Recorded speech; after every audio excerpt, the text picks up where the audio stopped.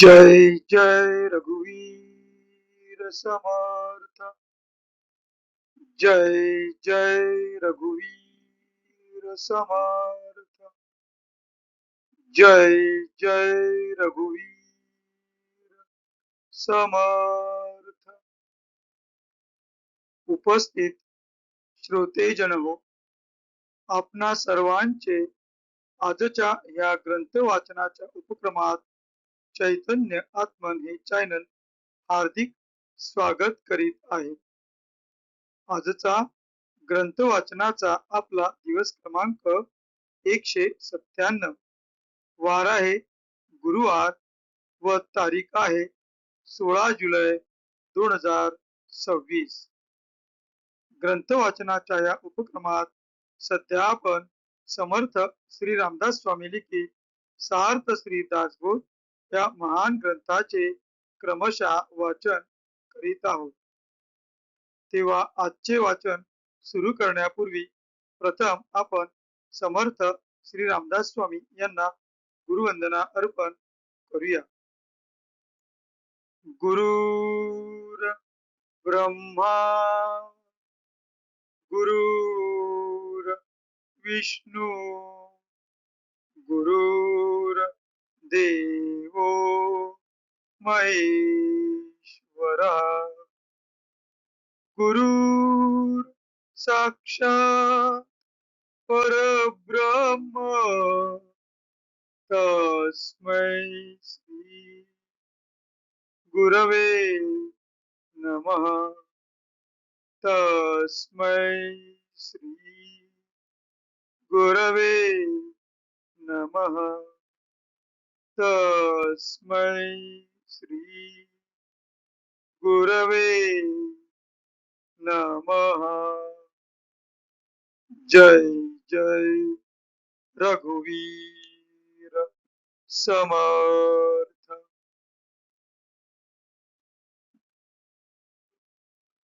आता आपण सार्थ श्री दासबोध या ग्रंथाच्या श्रवणाच्या फलश्रुतीचे महत्व जाणून घेऊया।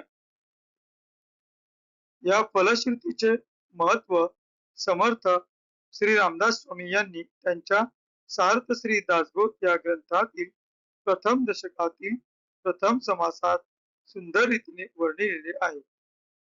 या फलश्रुतीचे आता आपण वाचन करूया।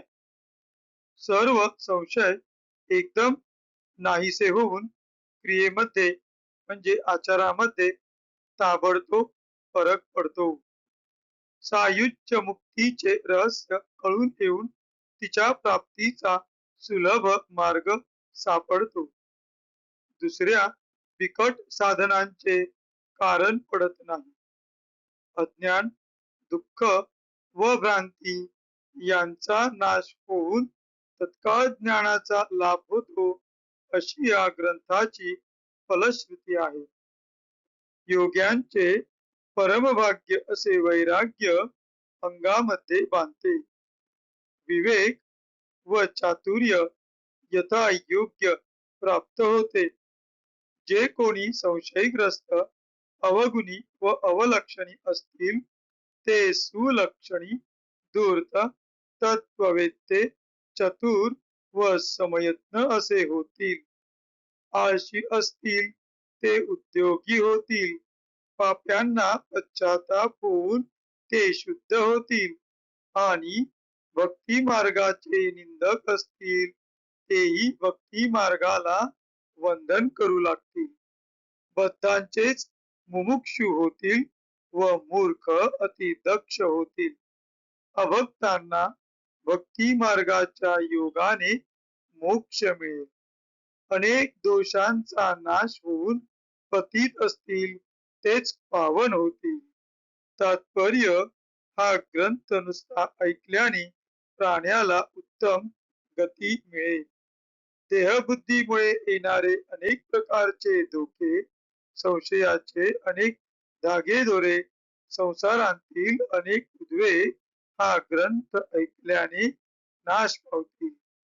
हा ग्रंथ ऐकल्याने अधोगती चुकून मनास विश्रांती व समाधान मिळेल।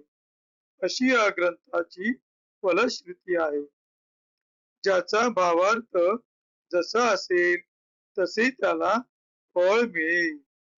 जय जय रघुवीर समर्थ.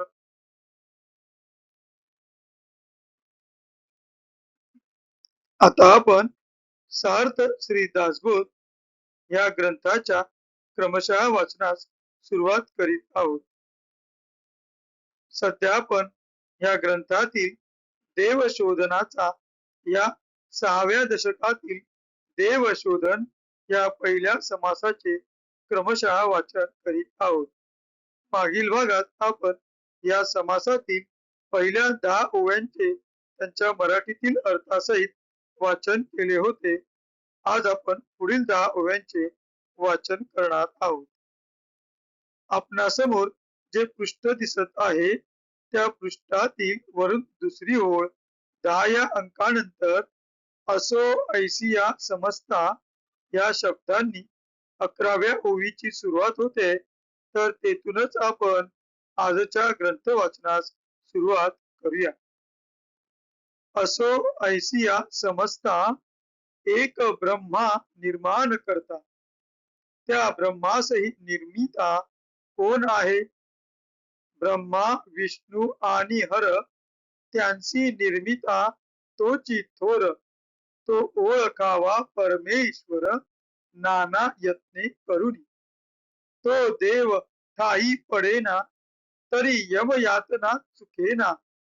ब्रह्मांड नायक चोजवेना हे बरे नव्हे. जेने संसारी घातले अवघे ब्रह्मांड निर्माण केले. त्यासी नाही ओळखिले तोची पतित. म्हणून देव ओळखावा जन्म सार्थकची करावा. न कळे तरी सत्संग धरावा म्हणजे कळे. जो जाणेल भगवंत त्या नाव बोली जे संत. जो शाश्वत आणि अशाश्वत निवाडा करी. चळेना ढळेना देव ऐसा ज्याचा अंतर्भाव. तोची जाणीजे महानुभाव संत साधू. जो जनांमध्ये वागे परिजनान वेगळी गोष्टी सांगे. ज्याचे अंतरी ज्ञान जागे तोची साधू. जाणीजे परमात्मा निर्गुण त्यासीच म्हणावे ज्ञान. त्या वेगळे ते अज्ञान सर्व काही. पोट भरावया कारणे नाना विद्या अभ्यास करणे. त्यासी ज्ञान म्हणती परितेने सार्थक नव्हे. जय जय रघुवीर समर्थ. आता या 10 ओव्यांच्या मराठीतील अर्थाचे आपण वाचन करूया.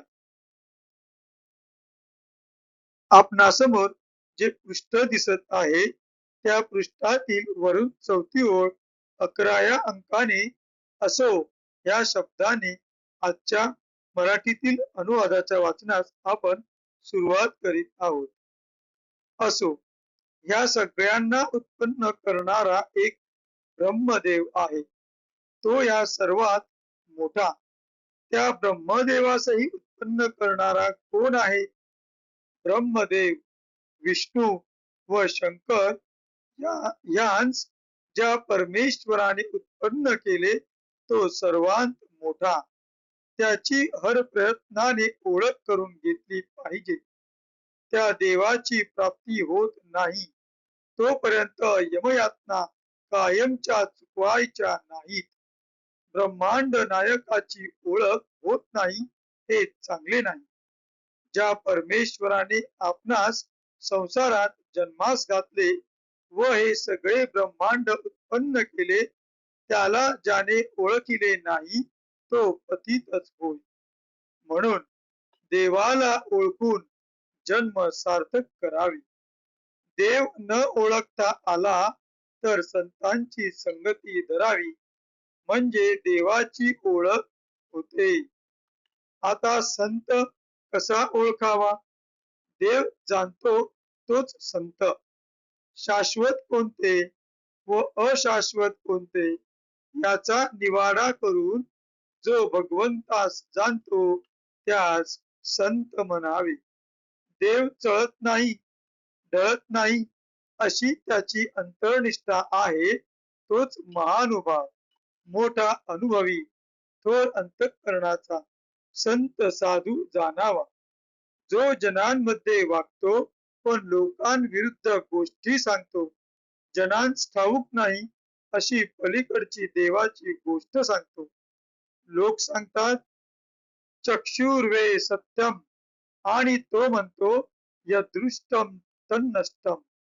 ज्याच्या अंतःकरणात आत्मज्ञान जागृत असते तोच साधू. तात्पर्य निर्गुण परमात्म्याची ज्याला ओळख आहे तोच संत.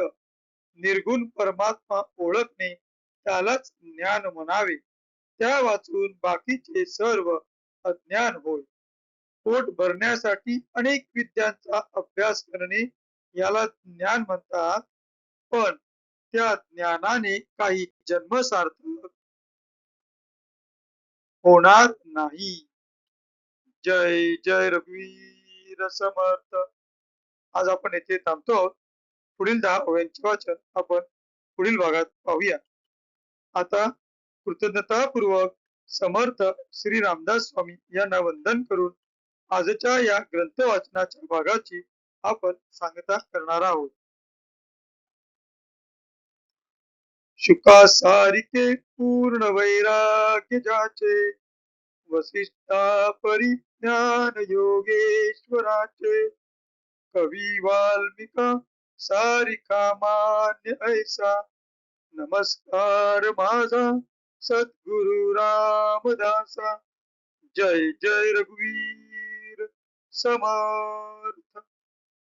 उपस्थित श्रोतेजन हो, आपण सर्वांनी अगदी वेळात वेळ काढून आजच्या ग्रंथ वाचनाचे श्रवण केले त्याबद्दल आपणा सर्वांना खूप खूप धन्यवाद.